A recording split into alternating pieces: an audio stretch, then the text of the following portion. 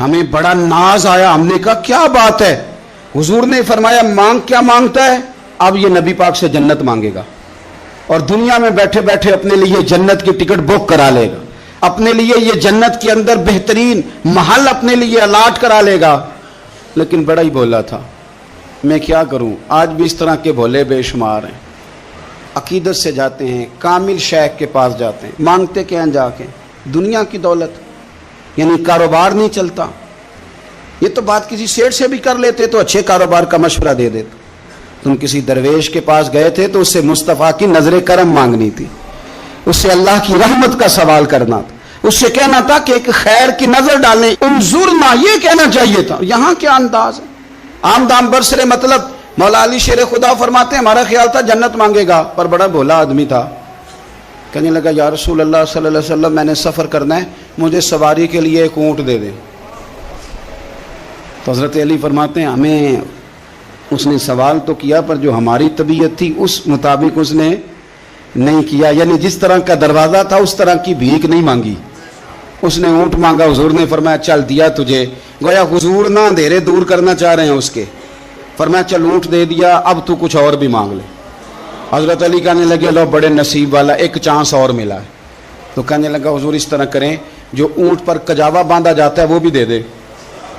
تو حضرت علی شیر خدا فرمانے لگے ہم نے کہا تیرا اللہ بھلا کرے، تو کہاں اڑ گیا ہے؟ حضور نے نا مسکرا کے ایک تیسرا موقع دیا، فرمایا چل تجھے کجاوا بھی دیا، کچھ اور مانگ لے۔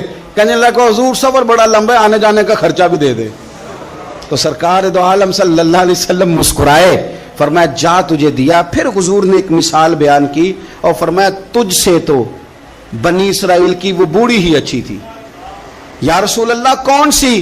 فرمایا حضرت موسیٰ علیہ السلام جب اپنے وطن سے ہجرت کر رہے تھے، گھوڑوں پر بیٹھے، اونٹوں پر بیٹھے، لیکن اونٹ گھوڑے جاتے نہیں تھے، واپس لوٹتے تھے۔ تو حضرت موسیٰ علیہ السلام نے عرض کی اللہ یہ جاتے کیوں نہیں؟ تو رب کریم نے فرمایا اس لیے نہیں جاتے کہ جہاں سے آپ ہجرت کر رہے ہیں نا وہاں ایک جگہ پہ حضرت یوسف علیہ السلام کا تابوت دفن ہے، جناب یوسف علیہ السلام کی قبر مبارک ہے، آپ وہ تابوت بھی نکال کے ساتھ لے جائیں۔ یہ اگر رب نے بتا دیا تو اللہ یہ بھی تو بتا سکتا ہے نا کہ قبر کہاں ہے۔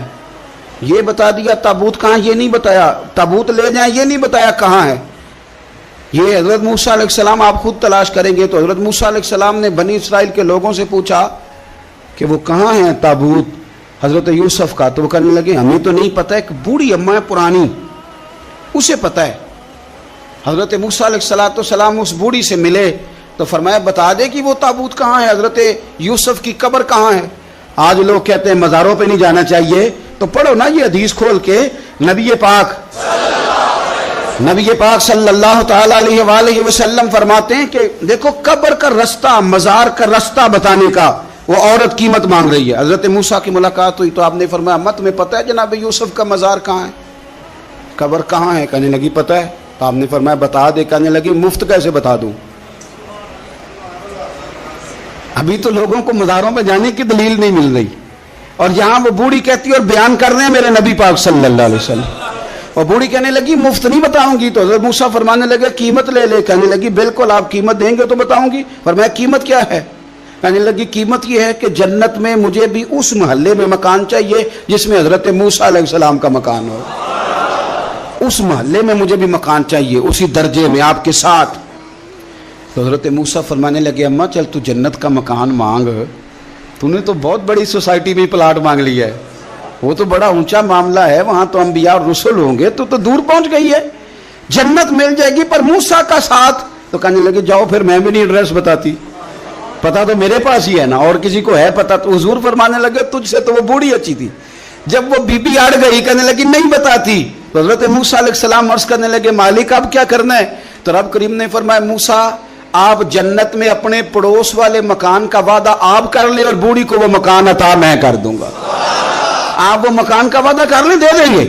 حضرت موسیٰ نے وعدہ کیا، پھر بی بی نے پتہ بتایا حضرت یوسف کے مزار کا، اور پھر وہاں سے حضرت یوسف کا تابوت نکال کے لے گئے۔ حضور فرمانے لگے اور بولے تو نے کیا مانگا؟ اونٹ، کجاوا، خرچہ، اور کاش میں نے تجھے کہا تھا تو نے کچھ مانگا ہوتا۔ میرے رسول پاک اپنی امت کی توجہ دلاتے ہیں، حضور فرماتے ہیں تمہارے نبی کے پاس بڑا کچھ ہے،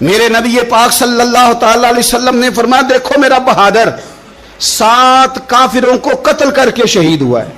یہ 7 کو قتل کر کے شہید ہوا ہے. یہ لفظ ہیں حدیث پاک کے. میرے نبی پاک صلی اللہ علیہ وسلم نے اس شخص کو جس کو ڈھونڈنے والا بھی کوئی نہیں, لاش اٹھانے والا بھی کوئی نہیں, اس وقت ان کا اپنا موجود بھی کوئی نہیں, یہ لفظ ہے حدیث کے, رنگ کالا بندہ غریب, دیکھو حضور نے کیسے اندھیرے سے نکالا. اللہ کے رسول سرانے کھڑے ہوئے اور اتنے اعلیٰ لفظ نہیں ملتے. امام حسین کے لیے ملتے ہیں, چند اور لوگوں کے لیے ملتے ہیں, ہر ایک کے لیے نہیں ملتے. نبی پاک نے اشارہ کیا, ادھر دیکھنا, اشارہ کیا, ان کی لاش مبارک پڑی ہے, فرمایا ھذا منی وانا منہ. یہ نہیں فرمایا یہ جنت میں گیا ہے, یہ نہیں فرمایا پکا جنتی ہے, بلکہ فرمایا ھذا منی. لوگوں کا خیال تھا انہیں تو ڈھونڈنے بھی کوئی نہیں گیا تھا, ان کی تو خبر لینے بھی کوئی نہیں گیا, ان کا تو اپنا بھی کوئی نہیں تھا, لیکن وہاں کھڑے کھڑے حضور نے فرمایا میرے غلاموں سنو, تم اس کا رنگ کالا سمجھتے ہو, تم اسے لاوارث سمجھتے ہو, ھذا منی وانا منہ. فرمایا یہ مجھ سے ہے میں اس سے ہوں, یہ مجھ سے ہے میں اس سے ہوں. تو من شدی من تو شدم, ھذا منی وانا منہ, یہ مجھ سے ہے میں اس سے ہوں. صحابہ کہتے ہیں وہ نا الفاظ کیا میٹھے تھے, کانوں میں گھوم گئے. اب اس کا کیا ترجمہ کریں؟ سونے نے بتا دیا یہ میرا میں اس کا, یہ میرا غلام ہے اس کا آقا, یہ مجھ سے میں اس سے. قبریں تیار ہو گئیں, سب اپنے اپنے شہیدوں کو قبروں میں دفن کرنے لگے. کہتے ہیں ان کی باری بھی آئی تو کچھ صحابہ نے انہیں بھی اٹھانا چاہا تو حضور نے فرمایا ہٹ جاؤ, تمہیں بتایا نہیں ھذا منی, میرا ہے, پیچھے ہٹو نا, قربان جائیں. کہتے ہیں سب پیچھے ہٹ گئے. تو جس طرح ماں بیٹا اٹھاتی ہے, حضور نے ایک ہاتھ ان کے سرہانے کے نیچے رکھا, ایک ان کی ٹانگوں کے نیچے رکھا, اور حضور نے یوں اٹھایا. او یارو پتہ نہیں میں کیا کہہ رہا ہوں, یہ حدیث کے لفظ ہیں, مر جانے کو جی چاہتا ہے. حضور نے یوں اٹھایا, پھر نبی پاک اکیلے لے کے قبر میں اترے. میں نے جب حدیث پڑھی تو میں نے نا اس کے حاشیے میں ایک جملہ لکھا ہے, جب حضور نے اٹھایا نا تو یقیناً نبی پاک صلی اللہ علیہ وسلم نے ماتھا بھی چوما ہوگا, یقیناً حضور نے پیار بھی کیا ہوگا. حضور نے قبر میں لٹایا تو میں نے نیچے ایک حاشیہ لکھا ہے, میں نے کہا حضرت جلابیب, لوگ تو جب مٹی ڈالتے ہیں تو مدینے والے آتے ہیں نا, تجھ سے کیا حساب کتاب ہوگا؟ مٹی ڈلی نہیں اور اللہ کی ساری رحمتیں پہلے قبر میں پہنچ گئی. قبر میری تے میرے اب پیرا جے کر پاویں پھیرا, قبر دے اندروں ہڈیاں اٹھ کے مجرا کر سن تیرا. کیا کہا بریلی کے امام نے, کہنے لگے ماہ مدینہ اپنی تجلی عطا کریں. یہ ڈھلتی چاندنی تو پہر 2 پہر کی ہے, یہ ڈھلتی چاندنی تو پہر 2 پہر کی. میرے دوستو, نہ دائیں بائیں بھیک مانگو, نہ چاپلوسیاں کرو دنیا داروں کی, نہ ادھر ادھر بھاگو. اعلیٰ حضرت کہتے ہیں تم ٹھوکریں کھاتے پھرو گے, ان کے در پہ آ پڑو. قافلہ تو اے رضا اول گیا آخر گیا. حضور کی بارگاہ کی طرف توجہ کریں, رج کے پیار کرے مدینے والے محبوب سے, ہمیشہ مدحت خیر الانام میں گزرے.